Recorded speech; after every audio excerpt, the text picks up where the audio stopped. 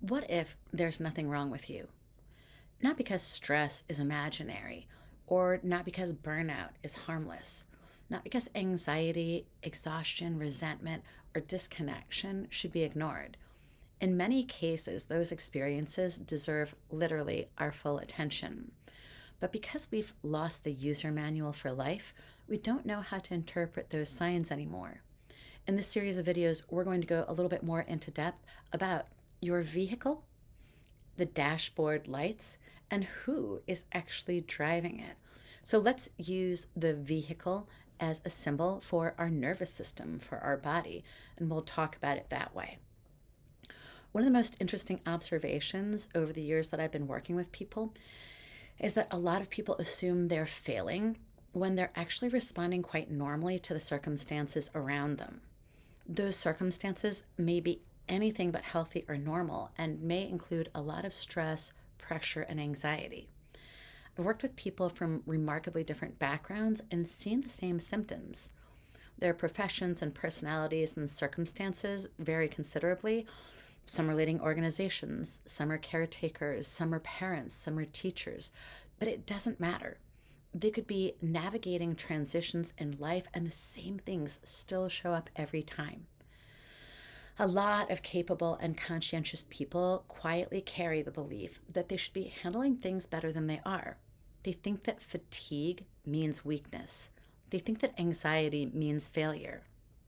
Their frustration is a character flaw, or maybe their loss of enthusiasm reflects a lack of discipline.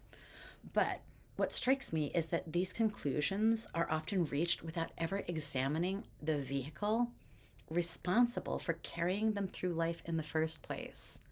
Most people spend years learning how to succeed and in remarkably little time learning how to understand themselves. We learn how to perform, produce, achieve, compete, adapt, and meet expectations. We learn how to keep moving forward in incredibly difficult circumstances.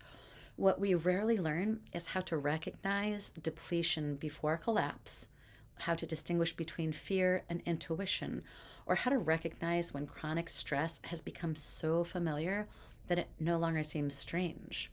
And that's an issue. It's like the frog in the boiling pot of water. When our nervous system is coming up to a boiling point little by little, we often don't notice what's going on except, oh gosh, the water's a little warmer today. So this may be one of the reasons why so many people find themselves confused by their own reactions. The system begins communicating like the dashboard lights, but they don't understand the language. In fact, they may not even know that they have a user's manual or should. Exhaustion becomes a personal failing instead of information.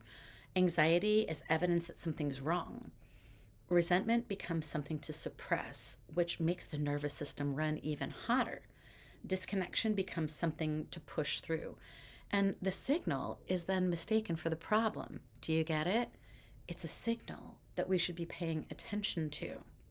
So compass this system begins with a different possibility.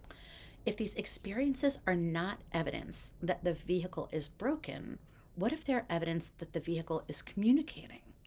Because the moment we stop assuming something is wrong with us, a different conversation becomes possible. Curiosity begins to replace criticism. Observation begins replacing judgment. And questions begin appearing that were previously unavailable. The first one of those questions is surprisingly simple. If this vehicle is communicating, how exactly does it do that? That's where we're headed next. I will see you in video 2, where we're going to talk about the dashboard. Bye for now.